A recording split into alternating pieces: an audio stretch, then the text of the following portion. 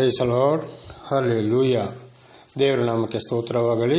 ಪ್ರಾರ್ಥನೆ ಮಾಡಿಕೊಳ್ಳೋಣ. ಸರ್ವ ಸೃಷ್ಟಿಕರ್ತನಾದಂಥ ತಂದೆ, ಮಗ, ಪರಿಶುದ್ಧನಾದಂಥ ತ್ರಿಯೇಕ ದೇವರೇ, ನಿಮ್ಮ ಪರಿಶುದ್ಧ ನಾಮಕ್ಕೆ ಸ್ತೋತ್ರವಾಗಲಿ. ಸ್ವಾಮಿ, ಈ ದಿವಸವು, ಈ ಸಮಯವು ನಿಮ್ಮಿಂದ ನೇಮಕವಾದಂಥ ಸಮಯ ದಿವಸವಾಗಿದೆ. ಅದಕ್ಕಾಗಿ ನಿಮಗೆ ಸ್ತೋತ್ರ. ದೇವರೇ, ಹಿಂದಿನವರೆಗೆ ನನ್ನ ಜೀವಿತದಲ್ಲಿ ಮಾಡಿದಂಥ ಅದ್ಭುತ ಕಾರ್ಯಗಳ ಕುರಿತು ಒಂದನೇ ಹಂತವನ್ನು ಸಾಕ್ಷಿಯನ್ನಾಗಿ ಮುಗಿಸಿದ್ದಕ್ಕಾಗಿ, ನೀವು ಆಶೀರ್ವಾದ ಮಾಡಿದ್ದಕ್ಕಾಗಿ ನಿಮಗೆ ಸ್ತೋತ್ರ.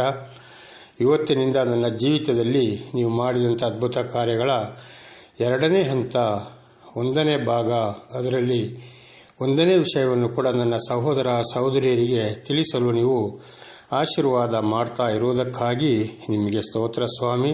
ನಿಮ್ಮೆಲ್ಲ ಉಪಕಾರಗಳಿಗಾಗಿ ಕೃತಜ್ಞತಾ ವಂದನೆಗಳು. ಅದಲ್ಲದೆ ಇದನ್ನು ಕೇಳುತ್ತಿರುವ ನನ್ನ ಸಹೋದರ ಸಹೋದರಿಯರನ್ನು ಕೂಡ ಹೇರಳವಾಗಿ ಆಶೀರ್ವದಿಸಿರಿ. ಯೇಸುವಿನ ನಾಮದಲ್ಲಿ ತಂದೆ, ಆಮೇನ್, ಆಮೇನ್, ಆಮೇನ್. ಇದನ್ನು ಕೇಳುತ್ತಿರುವಂಥ ನನ್ನ ಸಹೋದರ ಸಹೋದರಿಯರೇ, ನಿಮ್ಮೆಲ್ಲರಿಗೂ ಕೂಡ ನನ್ನ ನಮಸ್ಕಾರಗಳು. ಇವತ್ತು ನನ್ನ ಜೀವಿತದಲ್ಲಿ ದೇವರು ಮಾಡಿದಂಥ ಅದ್ಭುತ ಕಾರ್ಯಗಳ ಎರಡನೇ ಹಂತ, ಒಂದನೇ ಭಾಗ, ಒಂದನೇ ವಿಷಯವನ್ನು ತಿಳಿದುಕೊಳ್ಳೋಣ. ದೇವರ ನಾಮಕ್ಕೆ ಸ್ತೋತ್ರವಾಗಲಿ. ನನ್ನ ಸಹೋದರ ಸಹೋದರಿಯರೇ, ದೇವರಿಂದ ಕರೆಯಲ್ಪಟ್ಟವರಿಗೆ ಬಹಳ ಹಿಂಸೆಗಳು ಬರುತ್ತವೆ. ಬಹಳ ಹಿಂಸೆಗಳಲ್ಲಿ ಅವರು ಜೀವನ ಸಾಗಿಸಬೇಕಾಗ್ತದೆ. ಅವರ ಮನೆಯವರು, ಒಡ ಹುಟ್ಟಿದವರು, ಬಂಧು ಬಳಗದವರೆಲ್ಲ ವಿರೋಧಿಗಳಾಗಬಹುದು ಎಂಬುದನ್ನು ನಮಗೆ ಯೇಸು ಸ್ವಾಮಿ ತಿಳಿಯಪಡಿಸ್ತಾ ಇದ್ದಾರೆ. ಯಾವುದೇ ಕಷ್ಟ, ಸಂಕಟ, ದುಃಖಗಳು ಬಂದರೂ ಕೂಡ ನೀವು ಅದನ್ನು ಬಿಟ್ಟು ಸಹಿಸಿಕೊಂಡು ಶಾಂತಿ ಸಮಾಧಾನದಿಂದ ಇದ್ದು ನನ್ನನ್ನು ಹಿಂಬಾಲಿಸಬೇಕಾಗ್ತದೆ. ನನ್ನ ಶಿಷ್ಯರಾಗಬೇಕಾದರೆ ಅದಕ್ಕಾಗಿ ನಾನು ನಿಮ್ಮನ್ನು ಕರೆದಿದ್ದೇನೆ ಎಂಬುದಾಗಿ ದೇವರ ವಾಕ್ಯವು ನಮಗೆ ತಿಳಿಸಲ್ಪಡುತ್ತದೆ. ನನ್ನ ಸಹೋದರ ಸಹೋದರಿಯರೇ, ಹಾಗಿರುವಾಗ ಈ ಮನೆಯವರಿಂದ, ಬಂಧು ಬಳಗದವರಿಂದ ಯಾಕೆ ಈ ತೊಂದರೆಗಳು, ಹಿಂಸೆಗಳು ಬರುತ್ತವೆ ಎಂಬುದಾಗಿ ನಾವು ನೋಡುವಾಗ, ದೇವರ ವಾಕ್ಯದ ಪ್ರಕಾರ ದೇವರಿಂದ ಕರೆಯಲ್ಪಟ್ಟ ಮೇಲೆ ನಾವು ಹಿಂದಿನ ಜೀವಿತದಲ್ಲಿ ಮಾಡಿದಂಥ ಬಹಳ ಪ್ರಾಪಂಚಕ್ಕೆ ಸಂಬಂಧಪಟ್ಟಂಥ ಅಪರಾಧ ವಿಷಯಗಳನ್ನು, ಪಾಪಗಳನ್ನು ಬಿಟ್ಟು ಜೀವಿಸಬೇಕಾಗ್ತದೆ, ಲೋಕದ ವಿಷಯಗಳನ್ನು. ಹೀಗಿದರಲ್ಲಿ ಜೀವಿಸುವಾಗ ಕೆಲವೊಂದು ಸಲ ಹೆಂಡತಿ ಮಕ್ಕಳು ವಿರೋಧ ಬರುತ್ತಾರೆ. ನಾವು ಹಾಗಾದರೆ ಜೀವಿಸುವುದು ಹೇಗೆ, ಇದನ್ನೆಲ್ಲ ಬಿಟ್ಟರೆ ಏನು ಮಾಡುವುದು ಏನೆಂಬುದಾಗಿ ಅವರು ವಿರೋಧವಾಗಿ ಬರ್ತಾರೆ. ಆಗ ಅಲ್ಲಿ ಗಂಡನನ್ನು ಆರಿಸಿಕೊಂಡರೆ, ಗಂಡ ದೇವರ ಮಾತಿನ ಪ್ರಕಾರ ನಡೆದರೆ ಹೆಂಡತಿ ಮಕ್ಕಳು ವಿರೋಧ ಬರುತ್ತಾರೆ. ಆ ಹೆಂಡತಿ ಮಕ್ಕಳನ್ನು ದೇವರು ಆರಿಸಿಕೊಂಡಾಗ ಗಂಡ ಪ್ರಾಪಂಚಿಕ ವಿಷಯದಲ್ಲಿ ಇರುವುದಾದರೆ ಈ ಗಂಡ ಹೆಂಡತಿ ಮಕ್ಕಳಿಗೆ ವಿರೋಧ ಬರುತ್ತಾರೆ. ಆಗ ಅಲ್ಲಿ ವೈರಾಗ್ಯ ಸ್ಟಾರ್ಟ್ ಆಗ್ತದೆ. ದೇವರ ನಾಮಕ್ಕೆ ಸ್ತೋತ್ರವಾಗಲಿ. ಇದು ಕೂಡ ನನ್ನ ಜೀವಿತದಲ್ಲಿ ನಡೆದು ಹೋಯಿತು. ಅದಲ್ಲದೆ ಅನೇಕ ಪ್ರವಾದಿ ಸಾಕ್ಷಿಗಳಿಗೂ ಕೂಡ ಇದೇ ಒಂದು ವೈರಾಗ್ಯ ಬಂದು ಹೋಗಿದೆ. ದೇವರ ನಾಮಕ್ಕೆ ಸ್ತೋತ್ರವಾಗಲಿ. ಅದನ್ನು ಇವತ್ತಿನಿಂದ ಅನೇಕ ಭಾಗಗಳಲ್ಲಿ ನಾವು ತಿಳಿದುಕೊಳ್ಳೋಣ. ದೇವರ ನಾಮಕ್ಕೆ ಸ್ತೋತ್ರವಾಗಲಿ. ಹೀಗೆ ಒಂದನೇ ಹಂತ ಮುಗಿದ ಮೇಲೆ 2000 ಇಸವಿ ಜನವರಿ 14ನೇ ತಾರೀಕಿನಂದು ನಮ್ಮ ಮನೆಯವರಿಗೆ, ಅಂದರೆ ತಾಯಿಗೆ, ನನಗೆ, ಹೆಂಡತಿ ಮಕ್ಕಳಿಗೆ ದೀಕ್ಷಾ ಸ್ಥಾನವಾಯಿತು. ಆದರೆ ಸ್ವಲ್ಪ ಹಿಂದೆ ಮುಂದೆ ಆಯಿತು. ದೇವರ ನಾಮಕ್ಕೆ ಸ್ತೋತ್ರ. ನನ್ನ ಸಂಸಾರದಲ್ಲಿ 6 ಜನ. ಹೀಗೆ ದೀಕ್ಷಾಸ್ಥಾನ ಆದ ಮೇಲೆ ಸ್ವಲ್ಪ ಸಮಯ ನಾವು ಸಭೆಗೆಲ್ಲ ಹೋಗ್ತಾ ಬರುತ್ತಾ ಇದ್ದೆವು. ಬಹಳ ಚೆನ್ನಾಗಿ ಅನ್ಯೋನ್ಯತೆಯ ನಮ್ಮದೊಂದು ಸಂಸಾರವಾಗಿತ್ತು. ಎಲ್ಲ ಕಷ್ಟ, ಸಂಕಟ, ದುಃಖ, ಪಾಪಗಳಿಂದ, ನನ್ನ ಒಂದು ನಾನಾ ಥರದ ಪಾಪಗಳಿಂದ ಬಿಡುಗಡೆಯಾಗಿ ನನ್ನ ಸಂಸಾರ ಬಹಳ ನೆಮ್ಮದಿ, ಶಾಂತಿ, ಸಮಾಧಾನದಿಂದ ಜೀವಿಸುವಂತಾಯಿತು. ದೇವರ ನಾಮಕ್ಕೆ ಸ್ತೋತ್ರವಾಗಲಿ. ನನ್ನ ಸಹೋದರ ಸಹೋದರಿಯರೇ, ಹೀಗಿರುವಾಗ ಸ್ವಲ್ಪ ಸಮಯ ಸಭೆಗೆ ಹೋದ ಮೇಲೆ ಇದೇ ನನ್ನ ಹೆಂಡತಿ ಮಕ್ಕಳಿಂದ ನನಗೆ ವಿರೋಧ ಪ್ರಾರಂಭವಾಯಿತು. ಯಾಕೆಂದರೆ ನನ್ನ ಹೆಂಡತಿ ಹೇಳೋಕ್ಕೆ ಪ್ರಾರಂಭ ಮಾಡಿದ್ಲು, ಇಲ್ಲ, ನಾವು ಸಭೆಗೆ ಹೋಗೋದು ಬೇಡ, ಜಾತಿ ಬಿಟ್ಟು ಜಾತಿಗೆ ಹೋಗಿದ್ದಾರೆ, ನನ್ನ ಬಂಧು ಬಳಗದವರೆಲ್ಲ ನಮ್ಮನ್ನು ಕೇಳ್ತಾ ಇದ್ದಾರೆ, ನಮಗೆ ನಾಚಿಕೆ ಆಗ್ತಾ ಇದೆ, ಆದ್ದರಿಂದ ನಾವು ಚರ್ಚಿಗೆ ಹೋಗೋದು ಬೇಡ, ಸಭೆಗೆ ಹೋಗೋದು ಬೇಡ, ನಾವು ಮನೆಯಲ್ಲೇ ಪ್ರಾರ್ಥನೆ ಮಾಡಿಕೊಳ್ಳೋಣ, ಅದು ಎಸ್ಸಿಗಳ ದೇವರು, ನಮ್ಮ ದೇವರುಗಳಲ್ಲ ಅಂತ ಹೇಳುವಂಥ ವಿರೋಧ ಬಂತು. ಆವಾಗ ನಾನು ಹೆಂಡತಿಗೆ ಒಂದು ಸಮಾಧಾನದ ಮಾತನ್ನು ಹೇಳಿದೆ. ನಾವು ಅನೇಕ ಕಷ್ಟ, ಸಂಕಟ, ದುಃಖಗಳಲ್ಲಿರುವಾಗ ಸರ್ವ ನಾಶಕ್ಕೆ ಹೋದಂಥ ಸಂದರ್ಭದಲ್ಲಿ ಯಾವ ಬಂಧು ಬಳಗದವರು ನೆಂಟರಿಷ್ಟರು ಯಾರೂ ಇರಲಿಲ್ಲ. ಅವತ್ತು ಯಾಕೆ ನಿಮಗೆ ಹೀಗೆ ಆಗ್ತಾ ಇದೆ, ಏನು ಕಾರಣ ಅಂತ ಬಂದು ವಿಚಾರಿಸಿದವರು ಕೂಡ ಯಾರೂ ಇಲ್ಲ. ಊಟಕ್ಕೆ ಇಲ್ಲದಂಥ ಸಂದರ್ಭ ಕೂಡ ನಮಗೆ ಬಂದು ಹೋಗಿತ್ತು. ಆದರೆ ಈಗ ದೇವರನ್ನೇ ತಿಳಿಯಪಡಿಸಿ ಇವತ್ತು ಎಲ್ಲ ಕಷ್ಟ ಸಂಕಟ ಪಾಪಗಳಿಂದ ಬಿಡುಗಡೆಯಾಗಿ ಇವತ್ತು ನಮ್ಮನ್ನು ದೇವರು ಈ ಮಟ್ಟಕ್ಕೆ ತಲುಪಿಸಿದ್ದಾರೆ. ಆದ್ದರಿಂದ ನಾವು ಅವರ ಇನ್ನೊಬ್ಬರ ಮಾತನ್ನು ಕೇಳುವಂಥ ಅವಶ್ಯಕತೆ ನಮಗೆ ಬೇಡ, ನಾವು ದೇವರನ್ನೇ ಹಿಂಬಾಲಿಸುವ ಎಂದು ಹೆಂಡತಿಗೆ ಹೇಳಿದಾಗ ಹೆಂಡತಿ ಮತ್ತು ನನ್ನ ದೊಡ್ಡ ಮಗಳು ಮೌನವಾದರು. ಆದರೂ ಹೆಂಡತಿಯ ಕಡೆಯವರು ಬಂದು ಬಳಗದವರು ನೆರೆಯವರು ಅವರೆಲ್ಲ ನನಗೆ ವಿರೋಧವಾಗಿ ಬಂದರು. ಇದು ನನಗೆ ಗೊತ್ತಾಗಲಿಲ್ಲ. ಇಷ್ಟೆಲ್ಲ ಮಾತು ಹೆಂಡತಿಯಿಂದ ದೊಡ್ಡ ಮಗಳಿಂದ ಬಂದರೂ ಕೂಡ ನಾನು ಪ್ರತಿ ಭಾನುವಾರ ದೇವರ ಸಭೆಗೆ ಹೋಗಿ ಸಾಕ್ಷಿ ಕೊಡುವುದನ್ನು ಬಿಡಲಿಲ್ಲ. ಹೋಗ್ತಾ ಬರ್ತಾ ಇದೆ. ಆದರೆ ಒಳಗಿಂದ ಒಳಗೆ ನನಗೆ ಬಹಳ ವಿರೋಧವಾಗಿ ಬಂತು. ದೇವರ ನಾಮಕ್ಕೆ ಸ್ತೋತ್ರವಾಗಲಿ. ಆದರೂ ಇದರಿಂದ ನಾನು ಹಿಂಜರಿಯಲಿಲ್ಲ. ಆದರೆ ನಾನಲ್ಲ, ದೇವರೇ ನನ್ನನ್ನು ನಡೆಸಿದರು ಎಂಬುದಾಗಿ. ಹಾಗೆ ಇದರ ಮೊದಲ ವಚನವನ್ನು ಓದಿಕೊಳ್ಳೋಣ. ಮತ್ತಾಯ 8ನೇ ಅಧ್ಯಾಯ 18ರಿಂದ 22ರವರೆಗೆ. ಮತ್ತಾಯ 8:18ರಿಂದ 22. ಯೇಸು ತನ್ನ ಸುತ್ತಲಿದ್ದ ಬಹು ಜನಗಳ ದೊಡ್ಡ ಗುಂಪುಗಳನ್ನು ಕಂಡು ಆಚೆದಡಕ್ಕೆ ಹೊರಟು ಹೋಗಬೇಕೆಂದು ಅಪ್ಪಣೆ ಕೊಟ್ಟನು. ಆಗ ಒಬ್ಬ ಶಾಸ್ತ್ರಿಯು ಹತ್ತಿರಕ್ಕೆ ಬಂದು ಆತನಿಗೆ, ಗುರುವೇ, ನೀನು ಎಲ್ಲಿಗೆ ಹೋದರೂ ನಾನು ನಿನ್ನ ಹಿಂದೆ ಬರುತ್ತೇನೆ ಎಂದು ಹೇಳಲು, ಯೇಸು ಅವನಿಗೆ, ನದಿಗಳಿಗೆ ಗುದ್ದುಗಳಿವೆ, ಆಕಾಶದಲ್ಲಿ ಹಾರಾಡುವ ಹಕ್ಕಿಗಳಿಗೆ ಗೂಡುಗಳಿವೆ, ಆದರೆ ಮನುಷ್ಯ ಕುಮಾರನಿಗೆ ತಲೆ ಇಡುವಷ್ಟು ಸ್ಥಳವೂ ಇಲ್ಲ ಎಂದು ಹೇಳಿದನು.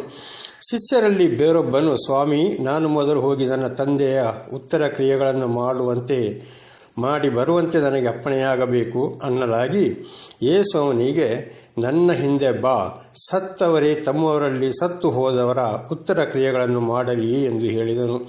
ದೇವರ ನಾಮಕ್ಕೆ ಸ್ತೋತ್ರವಾಗಲಿ. ಸ್ವಾಮಿ, ತಂದೆಯಾದ ದೇವರು, ಮಗನಾದ ದೇವರು ಯೇಸು ಕ್ರಿಸ್ತನ ಮೂಲಕ ಕಳಿಸಿಕೊಟ್ಟಾಗಲೂ ಕೂಡ ಅವರ ಸುವಾರ್ತೆ ಸಮಯದಲ್ಲಿ ಅವರಿಗೆ ಮನೆ ಮಠ ಬಂಧು ಬಳಗ ಯಾವುದೂ ಇರಲಿಲ್ಲ. ಬದಲಾಗಿ ಬಹಳ ಹಿಂಸೆಗಳನ್ನು ಅವರು ಅನುಭವಿಸಬೇಕಾಯಿತು. ಆದ್ದರಿಂದ ಅವರು ಹೇಳ್ತಾರೆ, ನನ್ನನ್ನು ಹಿಂಬಾಲಿಸುವನು ನನ್ನ ಹಿಂದೆಯೇ ಬರಲಿ, ಮನುಷ್ಯ ಕುಮಾರನಿಗೆ ತಲೆ ಇಡುವಷ್ಟೂ ಸ್ಥಳ ಇಲ್ಲ ಎಂದು. ಹಾಗೆ ನಾವು 21ನೇ ವಚನವನ್ನು ನೋಡುವಾಗ, ಶಿಷ್ಯರಲ್ಲಿ ಬೇರೊಬ್ಬನು, ಸ್ವಾಮಿ, ನಾನು ಮೊದಲು ಹೋಗಿ ನನ್ನ ತಂದೆಯ ಉತ್ತರ ಕ್ರಿಯೆಗಳನ್ನು ಮಾಡಿ ಬರುವಂತೆ ನನಗೆ ಅಪ್ಪಣೆಯಾಗಬೇಕು ಅನ್ನಲಾಗಿ, ಯೇಸು ಅವನಿಗೆ, ನನ್ನ ಹಿಂದೆ ಬಾ, ಸತ್ತವರೇ ತಮ್ಮಲ್ಲಿ ಸತ್ತು ಹೋದರ ಉತ್ತರ ಕ್ರಿಯೆಗಳನ್ನು ಮಾಡಲಿ ಎಂದು ಹೇಳಿದನು. ಇದರ ಅರ್ಥ ನಾವು ಇದನ್ನು ಧ್ಯಾನ ಮಾಡಲಿಕ್ಕೆ ಹೋದರೆ, ನನ್ನ ಸಹೋದರ ಸಹೋದರಿಯರೇ, ದೇವರು ಕರೆದ ಮೇಲೆ ನಾವು ಪ್ರಾಪಂಚಿಕ ವಿಷಯವನ್ನು ಬಿಟ್ಟು ದೇವರ ಮಾತಿನಂತೆ ನಡೆಯಬೇಕು. ದೇವರನ್ನು ನಾವು ಹಿಂಬಾಲಿಸಬೇಕು. ದೇವರ ಮಾತಿಗೆ ಸಂಪೂರ್ಣವಾಗಿ ಹಿಂದಿನ ಲೋಕದ ವಿಷಯಗಳನ್ನು ಬಿಟ್ಟು ನಾವು ಜೀವಿಸಬೇಕೆಂಬುದಾಗಿ ಅರ್ಥವಾಗಿದೆ. ಆದರೆ ಕೆಲವರಿಗೆ ದೇವರು ದರ್ಶನ ಕೊಟ್ಟ ಮೇಲೆ ಲೋಕದ ವಿಷಯಗಳನ್ನು ಬಿಡದೆ ಅವರು ಆಯುಷ್ಯ ಪೂರ್ತಿ ಮುಗಿದವರು ಸಾಯುವುದಲ್ಲ, ಆತ್ಮೀಕವಾಗಿ ಲೋಕದ ವಿಷಯದಲ್ಲಿ ಪಾಪದಲ್ಲಿ ಅವರು ಜೀವಿಸ್ತಾ ಇದ್ದಾರೆ. ಅಂಥವರು ಸತ್ತು ಹೋಗಿದ್ದಾರೆ. ಆದರೆ ಇವತ್ತು ನಿನ್ನನ್ನು ನಾನು ಕರೆದಿದ್ದೇನೆ, ನೀನು ನನ್ನನ್ನು ಹಿಂಬಾಲಿಸು, ನನ್ನ ಮಾತಿನಂತೆ ನೀನು ಕೇಳು. ಆ ಆತ್ಮೀಕ ಪಾಪದಲ್ಲಿ ಇವತ್ತು ಸಿಲುಕಿ ಯಾರು ಇವತ್ತು ನರಳಾಡ್ತಾ ಇದ್ದಾರೋ ಅವರನ್ನು ಸಮಾಧಿ ಮಾಡಿಕೊಳ್ಳಲಿ, ನೀವು ನನ್ನನ್ನು ಹಿಂಬಾಲಿಸಿ ಎಂಬುದಾಗಿದೆ. ಈ ವಚನದ ಪ್ರಕಾರ ನಾವು ಇವತ್ತು ನಡೆಯುವಾಗ, ದೇವರ ವಾಕ್ಯದಂತೆ ದೇವರ ಮಾತಿನಂತೆ ನಡೆಯುವಾಗ ವೈರಿಗಳಾಗಿ ಬರುತ್ತಾರೆ. ದೇವರ ನಾಮಕ್ಕೆ ಸ್ತೋತ್ರವಾಗಲಿ. ಹಲ್ಲೆಲೂಯಾ. ಕಾರಣ ಯಾಕೆಂದರೆ ಅವರು ಪ್ರಪಂಚದಲ್ಲಿ ಈ ಲೋಕದ ಪದ್ಧತಿ ಪ್ರಕಾರ ಜೀವಿಸುವಾಗ ದೇವರ ಪದ್ಧತಿಗೆ ಅದು ವಿರೋಧವಾಗಿದೆ. ನಾವು ದೇವರ ಪದ್ಧತಿಯಂತೆ ಜೀವಿಸುವಾಗ ಅಲ್ಲಿ ವಿರೋಧ ಬರುತ್ತದೆ. ಆದ್ದರಿಂದ ಈ ವಚನದ ಪ್ರಕಾರ ದೇವರು ಶಿಷ್ಯರಿಗೆ ಎಚ್ಚರಿಕೆಯನ್ನು ಕೊಡುತ್ತಾ ಇದ್ದಾರೆ. ಮುಂದಿನ ವಚನಕ್ಕೆ ಹೋಗೋಣ. 2 ತಿಮೋತಿ 3:12. 2 ತಿಮೋತಿ 3ನೇ ಅಧ್ಯಾಯ 12ನೇ ವಚನ. ಕ್ರಿಸ್ತ ಯೇಸುವಿನಲ್ಲಿ ಸದ್ಭಕ್ತರಾಗಿ ಜೀವಿಸುವುದಕ್ಕೆ ಮನಸ್ಸು ಮಾಡುವವರೆಲ್ಲರೂ ಹಿಂಸೆಗೊಳಗಾಗುವರು. ದೇವರ ನಾಮಕ್ಕೆ ಸ್ತೋತ್ರವಾಗಲಿ. ಹಲ್ಲೆಲೂಯಾ. ದೇವರು ದರ್ಶನ ಕೊಟ್ಟ ಮೇಲೆ, ದೇವರು ನಮ್ಮನ್ನು ಕರೆದ ಮೇಲೆ ದೇವರಿಂದ ಸತ್ಯಾಂಶವನ್ನು ತಿಳಿದುಕೊಂಡು ದೇವರಿಂದ ರಕ್ಷಣೆಯನ್ನು ಅನುಭವಿಸಿ ನಾವು ಮುಂದೆ ದೇವರೊಂದಿಗೆ ಜೀವಿಸಲು ಹೊರಟಾಗ ಬಹಳ ಹಿಂಸೆಗೆ ಒಳಗಾಗುವರು ಎಂಬುದು ಅಪೊಸ್ತಲನಾದ ಪೌಲರು ಕೂಡ ತಿಮೋಥೆಯನಿಗೆ ಬರೆದ 2ನೇ ಪತ್ರದಲ್ಲಿ ಈ ವಿಷಯವನ್ನು ತಿಳಿಯಪಡಿಸ್ತಾ ಇದ್ದಾರೆ. ದೇವರ ನಾಮಕ್ಕೆ ಸ್ತೋತ್ರವಾಗಲಿ. ಹಾಗೆ ಇವತ್ತು ನನ್ನನ್ನು ಕೂಡ ಮಣ್ಣಿಗೆ ಮಣ್ಣಾಗಿ ಧೂಳಿಗೆ ಧೂಳಾಗಿ 28 ವರ್ಷದ ಹಿಂದೆ ಹೇಳಿದ ಹಾಗೆ ಹೋಗುವಂಥ ಮನುಷ್ಯನನ್ನು ದೇವರು ಎಬ್ಬಿಸಿ ನಿಲ್ಲಿಸಿ ನನ್ನ ಪಾಪಗಳಿಂದ ನನ್ನನ್ನು ಬಿಡುಗಡೆ ಮಾಡಿ ನನಗೆ ರಕ್ಷಣೆಯನ್ನು ಕೊಟ್ಟು ಇವತ್ತು ನೀನು ನನ್ನನ್ನು ಹಿಂಬಾಲಿಸು, ನನ್ನ ಹಿಂದೆ ಬಾ ಎಂದು ಕರೆದ ಹಾಗೆ ಇವತ್ತು ನನ್ನನ್ನು ದೇವರ ಹಿಂದೆ ನಡೆಸ್ತಾ ಇರುವುದರಿಂದ ಇವತ್ತು ಬಹಳ ಕಷ್ಟ, ಸಂಕಟ, ದುಃಖಗಳನ್ನು ನನ್ನ ಜೀವಿತದಲ್ಲಿ ಅನುಭವಿಸಿದ್ದೇನೆ. ದೇವರ ನಾಮಕ್ಕೆ ಸ್ತೋತ್ರವಾಗಲಿ. ಹಲ್ಲೆಲೂಯಾ. ಆದರೆ ಯಾವುದೇ ಕಷ್ಟ, ಸಂಕಟ, ದುಃಖ ಬಂದರೂ ನೀವು ಒಂದು ಹೆಜ್ಜೆ ಹಿಂದೆ ಇಡದೆ ಮುಂದೆ ನಾವು ಗುರಿ ಇಟ್ಟು ಓಡಬೇಕಾಗುತ್ತದೆ ನನ್ನ ಸಹೋದರ ಸಹೋದರಿಯರೇ. ಆದರೆ ನಾವು ಹಿಂಬಾಲಿಸುವುದು ದೇವರನ್ನು. ಏನೇ ಕಷ್ಟ, ಸಂಕಟ, ದುಃಖ ಬಂದರೂ ಕೂಡ ದೇವರಿಂದಲೇ ನಮಗೆ ರಕ್ಷಣೆ ಹೊರತು ಬೇರೆ ಈ ಪ್ರಾಪಂಚಿಕದಿಂದ ನಮಗೆ ರಕ್ಷಣೆ ಸಿಗಲು ಸಾಧ್ಯವಿಲ್ಲ. ಹಾಗೆ ಸರ್ವ ಸೃಷ್ಟಿಕರ್ತನಾದ ದೇವರು ಪಾಪಿಗಳಾದ ನಮ್ಮನ್ನು ಯಾವುದೇ ಗಣನೆಗೆ ಬಾರದಂಥ ನಮ್ಮನ್ನು ಇವತ್ತು ಕರೆದಾಗ ನಾವು ದೇವರನ್ನು ಹಿಂಬಾಲಿಸುವಾಗ ಬಹಳ ಶಿಕ್ಷೆಗಳು ಬರುತ್ತದೆ. ಆದ್ದರಿಂದ ಯಾವುದೇ ಕಾರಣಕ್ಕೂ ಧೈರ್ಯ ಕೆಡಬಾರದು.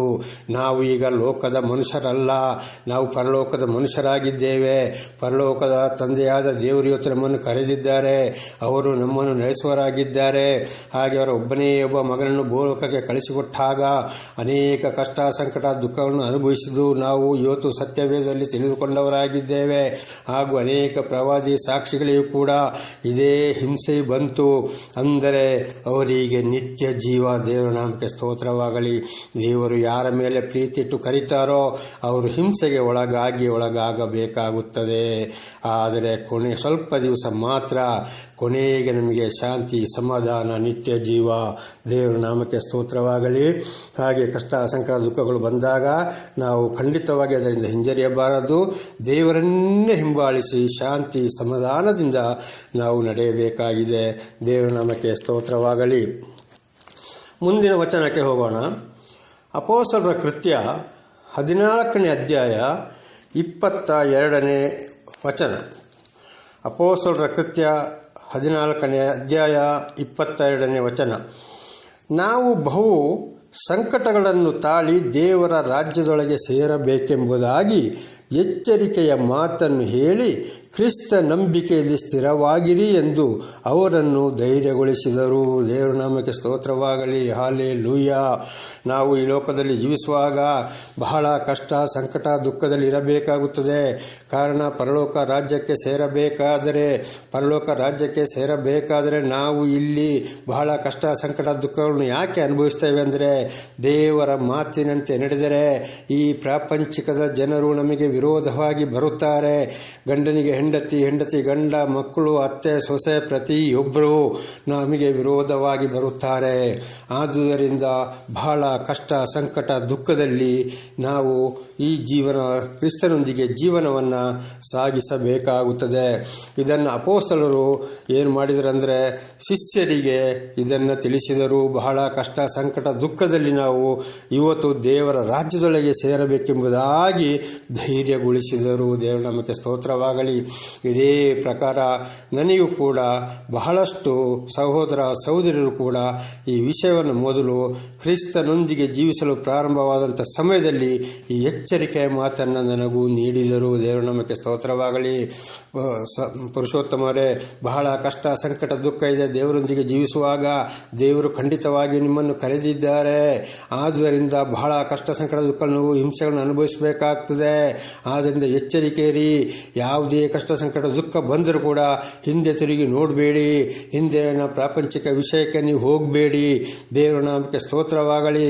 ಅದನ್ನು ಸಹಿಸಿಕೊಳ್ಳಬೇಕಾದ ಶಾಂತಿ, ಸಮಾಧಾನ ನಿಮ್ಮಲ್ಲಿರಲಿ ಎಂಬುದಾಗಿ ಬಹಳಷ್ಟು ಸಹೋದರ ಸಹೋದರಿಯರು ಕೂಡ ನನಗೆ ಎಚ್ಚರಿಕೆಯ ಮಾತುಗಳನ್ನು ನೀಡಿದ್ದಾರೆ. ಅಂದರೆ ಅವರ ಮುಖಾಂತರ ದೇವರು ನನಗೆ ತಿಳಿಯಪಡಿಸಿದರು. ದೇವರ ನಾಮಕ್ಕೆ ಸ್ತೋತ್ರವಾಗಲಿ. ಹಾಗೆ ಈ ಒಂದು ವಚನದಿಂದ ನಾವು ಕೂಡ ಇದನ್ನು ತಿಳಿದುಕೊಳ್ಳುವ ತಿಳಿಸುವಂತೆ ದೇವರು ಮಾಡಿದ್ದಕ್ಕಾಗಿ ದೇವರಿಗೆ ಸ್ತೋತ್ರ.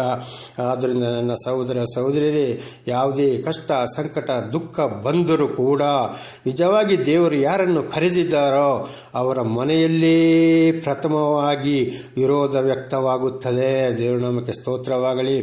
ಕಾರಣ ಇವತ್ತು ಒಂದು ಮನೆಯಲ್ಲಿ ಒಬ್ಬರನ್ನು ದೇವರು ಆರಿಸಿಕೊಂಡ್ರೆ ಬಾಕಿ ಇರೋರು ವಿರುದ್ಧವಾಗಿ ಬರ್ತಾರೆ. ದೇವರ ಪ್ರಕಾರ ಜೀವಿಸಲಿಕ್ಕೆ ಹೋದರೆ ಒಬ್ಬರಿಗೆ ಅನ್ಯಾಯ ದಗ ಮೋಸ ಮಾಡಬಾರ್ದು, ಶಾಪ ಬೈಬಾರ್ದು, ಕಣ್ಣೀರನ್ನು ಹಾಕಿಸಬಾರ್ದು, ಅನ್ಯಾಯವಾಗಿ ಹಣ ಸಂಪಾದನೆ ಮಾಡಬಾರ್ದು, ಇನ್ನೊಬ್ಬರ ಪಾಸ್ತಿಗೆ ನಾವು ಆಸೆ ಪಡಬಾರ್ದು, ಇನ್ನೊಬ್ಬರ ವಸ್ತುಗಳನ್ನು ನಾವು ಕದಿಯಬಾರದು, ಇನ್ನೊಬ್ಬರನ್ನು ಹೀನವಾಗಿ ನಾವು ಕಾಣಬಾರದು, ನಮಗೆ ಇದ್ದಿದ್ದರಲ್ಲೇ ನಾವು ಜೀವನ ಮಾಡ್ತಾ ಹೋಗಬೇಕೆಂಬುದಾಗಿ ದೇವರಿಂದ ಕರೆಯಲ್ಪಟ್ಟವರಿಗೆ ಮಾತು ನುಡಿದಾಗ ಮನೆಯಲ್ಲಿ ಇರುವ ಲೋಕದ ಪರಿಸ್ಥಿತಿಯಲ್ಲಿ ಲೋಕದ ಆಸೆಯಲ್ಲಿ ಇರುವವರು ಇಂಥವರಿಗೆ ವಿರೋಧ ಬರುತ್ತಾರೆ. ಇದುವೇ ನನ್ನ ಜೀವಿತದಲ್ಲಿ ನಡೆದಂಥ ವಿಷಯಗಳು. ದೇವರ ನಮಗೆ ಸ್ತೋತ್ರವಾಗಲಿ. Hallelujah, hallelujah.